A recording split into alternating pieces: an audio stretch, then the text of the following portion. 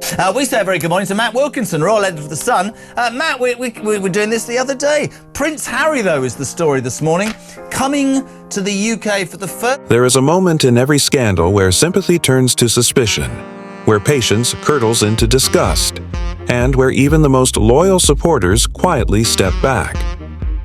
For Prince Harry, that moment came not with his memoir, not with his Netflix confessions, not even with the public feuds that shredded his relationship with his family.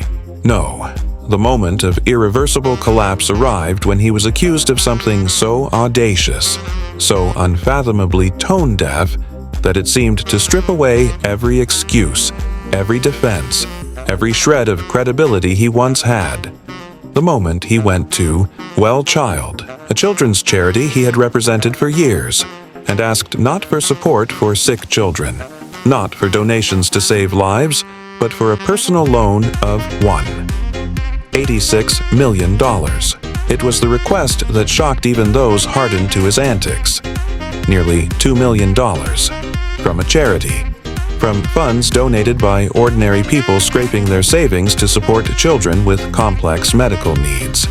The sort of request so reckless, so arrogant that it almost defies belief. And yet, insiders say it happened. A desperate plea from the prince who once embodied compassion, now reduced to supplicant, begging for himself. And in that request, in that single misstep, Harry cemented a new identity that critics have seized upon with glee and venom. The beggar, Prince. To understand the weight of this humiliation, one must first remember who Harry was supposed to be. Once, he was Diana's boy, the cheeky, red-haired rogue with his mother's heart and charm. He was the soldier prince who served in Afghanistan, the founder of Invictus Games, the young man who seemed to have inherited not the crown, but the compassion. For years, charities like WellChild basked in the glow of his patronage. He was their star ambassador, their golden ticket, the royal who seemed genuine. When he hugged a sick child, the world believed it. When he wept with grieving parents, no one doubted his sincerity. He was, for many, Diana's true heir. But time and choices have a way of corroding legacies. The Harry of today is not the soldier prince of yesterday. He is the exiled royal of Montecito, the Netflix celebrity, the memoirist who turned his life into content, the man who declared independence from the monarchy only to spend years lamenting being cut off. He is the man who promised to thrive without the crown, only to be seen struggling under the weight of lifestyle costs, Hollywood disinterest, and a reputation battered by endless complaints. And now, he is the man who asked a children's charity for millions. Picture the call. Matt James, the CEO of WellChild, sits at his desk. The phone rings. It's Harry, the Duke of Sussex, their longtime patron. At first, James might expect another fundraising initiative, another gala appearance, another plea on behalf of the children. But what comes next is almost unthinkable. Harry does not want to raise money. He does not want to shine light on the children's suffering. He wants money for himself. A loan. A staggering sum. The kind of request that would empty critical resources. The kind of ask that betrays not just poor judgment, but a warped sense of entitlement. James, insiders say, did not hesitate. His answer was firm, his tone unflinching. No, not a penny, not for this. The coffers are for the children, not for Montecito millionaires playing poverty. In that rejection, James did more than protect his charity's funds. He protected its soul, and in doing so, he stripped Harry of any remaining illusion of untouchable privilege. The Duke of Sussex had been told no, publicly, brutally, unmistakably. For Harry, the sting must have been unbearable. Here was a man used to doors opening, used to courtiers smoothing his path, used to deference. To be flatly rejected, to be humiliated not by tabloids but by a trusted ally, was a wound that no PR statement could dress. And the moment word leaked, the backlash was merciless. Social media lit up with fury. Donors fumed. How could he even dare? Parents of sick children, fighting for every breath their child takes, were horrified. To think their donations might even be considered for such a thing was nauseating. Headlines sharpened their knives. From soldier prince to beggar prince, the transformation was complete. The once beloved figure had crossed a line so egregious that even sympathetic commentators recoiled. And the irony was rich. For years, Harry had railed against the monarchy for cutting him off. He had insisted he and Meghan would forge their own path, that they would not rely on handouts, that they were independent. The Oprah interview had cemented this narrative. Poor Harry and Meghan, stripped of security, forced to fend for themselves in a cruel world. And yet, here he was, not going to a bank, not turning to wealthy friends like Oprah, Elton John, or Tyler Perry, but to a charity for sick children. The hypocrisy was so glaring it almost glowed in the dark. Critics wasted no time invoking Diana's name, for Diana was the epitome of giving, of sacrifice, of using her fame for others. She famously sold her dresses to raise money for hospitals. She walked through minefields to bring attention to the vulnerable. She would never, her loyalists insisted, have dreamed of asking a children's charity to fund her own needs. To see her son make such a request felt like a betrayal of her very essence. The woman, once hailed as the people's princess, now had a son being mocked as the beggar prince. And then there was Meghan. Her silence was thunderous. No statement, no defense, no attempt to spin. Insiders whispered that the strategy had her fingerprints on it, that her history of aggressive financial moves, the Netflix scramble, the Spotify collapse, the failed lifestyle ventures, aligned with this desperate attempt to secure funds. But if she was behind it, she left Harry to take the fall. Some say it was tactical, a way to distance herself from the humiliation. Others say she knew the backlash would be brutal and chose to let him bear it alone. Either way, her absence from the narrative only deepened suspicions. Meanwhile, the palace sat in icy silence. Buckingham Palace, Kensington Palace, Clarence House, none offered a word. But silence can be louder than condemnation. For Charles and William, this scandal was vindication. It proved what they had feared, what they had suspected, that Harry was no longer an asset but a liability, not a patron but a burden. To defend him would be to risk their own reputations. To extend sympathy would be to excuse the inexcusable. So they said nothing, and the nothing roared like thunder. Donors, however, did not stay silent. Many began pulling their support from WellChild, horrified by the association. Even though James had refused the request, the fact that it had even been made was enough to sow doubt. Would their money ever be safe? Would the charity's image be forever tainted? Harry had not just humiliated himself, he had risked damaging the very charity he was supposed to protect. And so the narrative spiraled. Commentators dissected his choices, tracing the arc of his downfall. From Afghanistan, hero to Invictus, founder, from royal rebel to California exile, from Netflix celebrity to beggar prince. Each step seemed to lead inevitably to this collapse. Each scandal chipped away at his image until only desperation remained. The nickname stuck. Beggar Prince. Cruel, yes, but devastatingly accurate in the eyes of the public. It captured everything: the fall, the hypocrisy, the humiliation. It was catchy, brutal, and impossible to shake. And as it echoed across headlines and conversations, it cemented a new identity that Harry may never escape. Because in the end, it wasn't just about the money. It was about what the request symbolized. It revealed entitlement, desperation, hypocrisy, and arrogance in one stroke. It showed a man who had lost touch with reality, who believed old loyalties could be exploited, who failed to see how far he had fallen. It was a moment that stripped away the last veneer of nobility and left only scandal. The soldier prince is gone. The compassionate patron is gone. The golden boy of Diana's legacy is gone. What remains, in the eyes of critics and the public, is the beggar prince. And for Harry, no rejection, no humiliation, no scandal has ever been quite so final. So final. There are scandals that fade after a news cycle. And then there are scandals that sink so deep into the public imagination that they cling like a shadow, reshaping a person's identity forever. What Prince Harry is facing now belongs to the second category, the kind of scandal that becomes shorthand, a punchline, a permanent stain. The world has watched him stumble before, through court battles, televised tell-alls, family feuds, and memoir confessions, but none of those quite compare to this. For in this scandal, Harry has been reduced to a label so cruel, so humiliating, and yet so devastatingly apt that it may follow him to the end of his days. He is no longer just the spare, the exile, the rebel. He has been branded the beggar, prince, and the story that led him there is one so audacious, so baffling, that even his most loyal defenders have been left silent.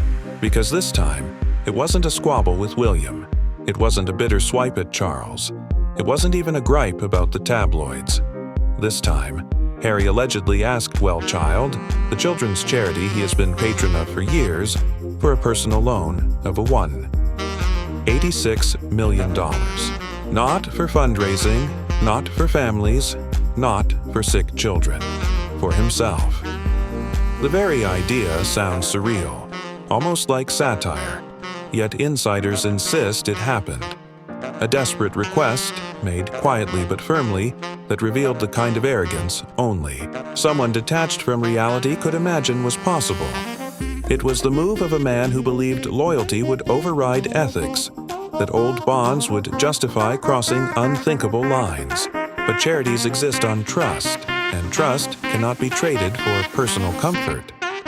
When WellChild's CEO, Matt James, was confronted with Harry's request, he reportedly didn't hesitate. His answer was cold, swift, and devastating. No, not a penny. The coffers are for children, not for princes. It was a rejection that sliced through Harry's pride like a blade. A rejection he never imagined would come from an organization he once elevated. An organization that once basked in his glow. To understand the scale of this humiliation, one must remember the image Harry once carried. He was Diana's boy, the cheeky, red-haired son with his mother's heart and charisma. He was the soldier prince who had served in Afghanistan, walking among comrades, earning respect not just by title, but by action. He was the Invictus Games founder, champion of wounded veterans, the compassionate figure who bent down to hug sick children, who shed tears with grieving parents, who seemed authentic in a world of pageantry. At WellChild events, Harry was never the stiff royal in a suit. He was the one on the floor, holding a child's hand, laughing through tears. For years, that was his most powerful connection to Diana's legacy, the arena where he seemed to embody her compassion most purely. And yet now, that very legacy has been shattered by his own actions. Because what does it say when the man who once represented hope for sick children is now accused of begging money from them? What does it mean when the prince who invoked Diana's memory as his guiding star is caught doing the very opposite of what she stood for? Diana sold her gowns at auction to fund hospitals. Diana risked her life to walk through minefields for the vulnerable. And now, her son, her supposed heir in spirit, allegedly asked a children's charity to bankroll his own lifestyle. To many, it was nothing short of betrayal. The reaction was volcanic. Donors who had given their hard-earned money to WellChild felt sick. Social media erupted in outrage. Headlines sharpened their knives. Harry was no longer the soldier prince, no longer Diana's son, no longer the compassionate patron. He was the beggar prince, the man who asked the unaskable. Memes spread online mocking him with brutal humor. Talk show panels tore him apart. Even commentators who once defended him fell silent, unable to justify the unjustifiable. because at the heart of this scandal is not just bad optics, it is moral collapse. And what made it worse was the hypocrisy. For years, Harry and Meghan had built their brand on independence. They had sat with Oprah and declared they no longer relied on royal coffers, that they had carved their own path. They had insisted they were financially free, unshackled from the monarchy. Harry had even boasted about his deals, the Netflix millions, the Spotify podcast, the California mansion. Yet here he was, hat in hand, asking a children's charity for millions. The hypocrisy was too glaring to ignore, the irony too rich. Independence was a lie. The man who claimed freedom had been reduced to begging, and Meghan's role in this saga remains one of the most intriguing mysteries. Her silence has been deafening. No statements, no spin, no attempt to protect Harry from the humiliation. But insiders whisper that the loan request may have been her idea, a quick fix to patch financial shortfalls after a string of Hollywood flops. Netflix had cooled, Spotify had collapsed, and her lifestyle ventures had failed to ignite. The Sussex empire, once valued in glossy headlines as worth billions, was now wobbling. A short-term loan from WellChild might have seemed like a clever solution, a bridge across a financial storm. But if this was Meghan's strategy, it backfired catastrophically. And by staying silent, she allowed Harry to take the blame. Once again, critics argue, Meghan bulldozed while Harry absorbed the wreckage. Meanwhile, Buckingham Palace said nothing. But silence in royal circles is rarely neutral. It is calculated, deliberate, and devastating. To Charles and William, this episode was vindication. For years, they had been criticized for freezing Harry, out for refusing to reconcile. Now they had proof that their caution was justified. To defend Harry now would be to risk dragging the monarchy into scandal. To stand by him would be to excuse the indefensible. So they stayed silent, and that silence spoke louder than any words. It said, "You are on your own." And the fallout did not stop with Harry. Other charities with royal ties began to whisper uneasily. If Harry could ask WellChild for money, what was to stop him from approaching others? Could any organization risk association with him now? Donors, after all, are not loyal to scandal. They give money out of trust, and once that trust is broken, it is nearly impossible to restore. Harry's credibility in the charity world, the last real anchor of his reputation, was bulldozed. No longer could he be seen as Diana's torchbearer. No longer could he represent the vulnerable without suspicion. He was now viewed as a risk, a liability, a man who might treat charitable coffers as personal piggy banks. The long-term damage is perhaps the most devastating, because once a public figure becomes a joke, it is almost impossible to climb back. The Beggar Prince label is catchy, cruel, and unforgettable. It spreads in memes, in headlines, in conversations. It becomes shorthand for failure. And once a man is reduced to a meme, rebuilding dignity becomes a near impossible task. Reports claim Harry erupted after the rejection, furious that his request had been exposed. He allegedly warned Matt James and his team not to spread lies, not to twist the story. But anger only fueled the fire. Rage makes a man look guilty, while Meghan's silence, cold and calculated, allowed her to dodge direct blame. And once again, the public narrative hardened.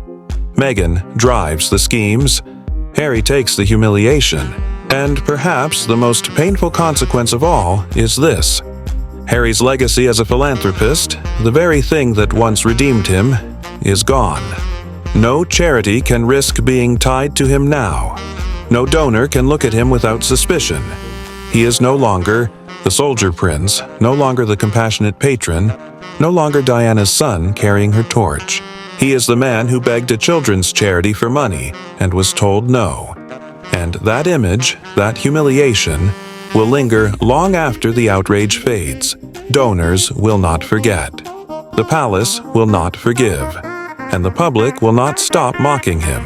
This scandal may be the final nail in the coffin of his public image, Not the rebel prince, not the independent duke, not even the exile with a story to tell, but the beggar prince.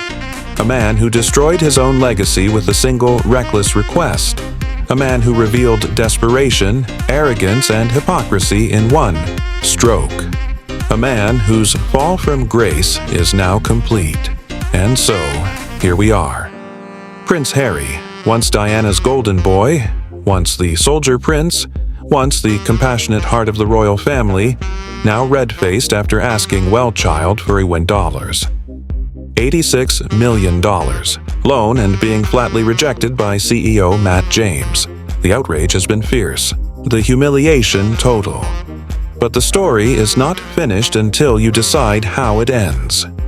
Because this scandal raises questions that only the court of public opinion can answer. Was this the moment Harry officially crossed the line from patron to beggar, prince? Was this the unforgivable betrayal of Diana's legacy? Or was it simply desperation, a terrible judgment call in a rough financial moment? So, I want to hear from you. Drop your verdict in the comments right now. Write beggar prince if you believe this scandal defines him forever. Write too harsh if you think Matt James went too far and Harry deserves more understanding.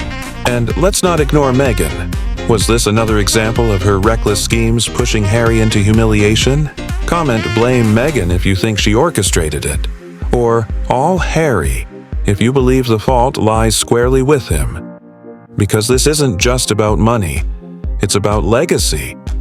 Diana once sold her dresses to raise funds for children's hospitals. And now her son stands accused of trying to drain a children's charity to fund his own life. Has Harry betrayed her legacy beyond repair? Your voice matters here more than ever. Don't just watch. Participate.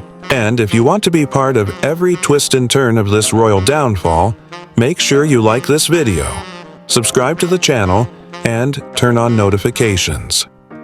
Because in our next episode, we'll ask the most brutal question of all. Has Prince Harry become the single biggest embarrassment in modern royal history? This is Crown and Controversy, unraveling the royals one scandal at a time. Don't forget to subscribe.